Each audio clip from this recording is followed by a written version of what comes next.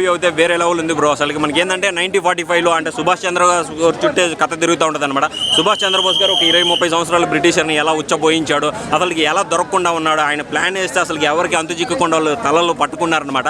అతన్ని దానికి కారణం వాళ్ళ ఫ్రెండ్, అతను కుడి భుజం త్రివర్ణ. అసలు మనకి ఆ చరిత్రలుగానే ఎక్కడ లేదు. ఈ సినిమా చూసిన తర్వాత మనకి ట్విస్ట్ రివీల్ చేశారనమాట. త్రివర్ణ క్యారెక్టర్ చేశాడు అసలుకి కళ్యాణ్ రావు ఉన్న పర్ఫార్మెన్స్ అయితే మాస్ మెంటల్ అనే చెప్పొచ్చు బ్రో. 3 క్యారెక్టర్లు చేశాడు. ఏజెంట్ క్యారెక్టర్, మళ్ళీ INM క్యారెక్టర్, ప్లస్ వచ్చేసి ఇది త్రివర్ణ క్యారెక్టర్. అసలు ట్విస్టుల మీద ట్విస్టులు ఉన్నాయన్నమాట.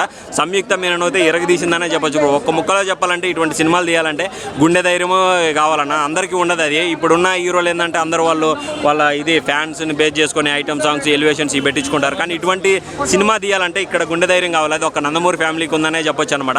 ఒక్కసారి చెప్తే నందమూరి ఫ్యామిలీ 100 మార్లు చెప్పినట్టు అదే డైలాగ్ ఉంది. నాకైతే సినిమా అయితే చాలా బాగా నచ్చింది బ్రో. డైలాగ్స్ వేరే లెవెల్ బ్రో. నువ్వు కంచె దాటాలంటే ముందు ఇంచె దాటరా, సుభాష్ చంద్రబోస్ నీడనగానే దాటలే అని చెప్తాడన్నమాట. సుభాష్ చంద్రబోస్ కోసమే మొత్తం కథ ఉంటుంది. ఆ డైలాగ్స్ అయితే పీక్స్ అనే చెప్పొచ్చు బ్రో. రోమల్ నిక్కబుడుచుకుంటాయి అనమాట.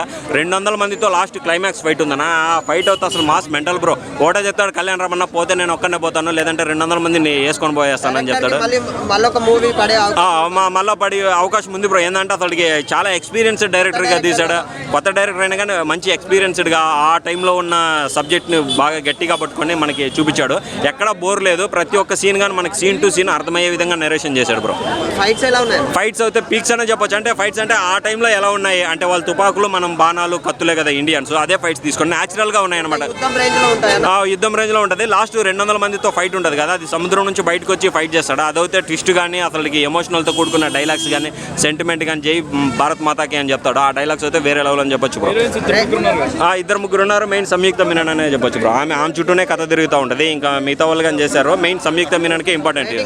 రేటింగ్ రివ్యూల్ నేను ఈ సినిమాకి ఇవ్వను బ్రో. ఇదేంటంటే స్వతంత్రం కోసం వాళ్ళు పోరాడారు. సుభాష్ చంద్రబోస్ గారు అంటే ఆయనకి రేటింగ్ ఇచ్చేంత మన స్థాయి కదా. ఆయన పేరింటైనా మనకి ఇక్కడ గర్వపడాలి. ఈరోజు ఇంత స్వతంత్రంగా తిరుగుతున్నామంటే వాళ్ళ పుణ్యమే కదా బ్రో. ఇటువంటి సినిమాలకి రేటింగ్ ఇవ్వ. ఒక ఇండియన్గా చెప్తా ఉన్నాను, ఈ సినిమా చూడండి, డెవిల్ సినిమా, మీకు ఖచ్చితంగా కనెక్ట్ అవుతుంది. జై హింద్. Thank you. అందరు చూడొచ్చు, ఫ్యామిలీతో అందరు చూడండి అన్న. ఇంకా చూడాలన్నా ఫ్యామిలీ పిల్లలు, స్కూల్ పిల్లలన్నా తీసుకొని వచ్చి ఈ సినిమా చూపించండి అన్న. అర్థమవుతాయి. ఎన్నిసార్లు అన్నా చూడొచ్చు. మన దేశం కోసం ఎంత పోరాడారు అనేది చూపించారు.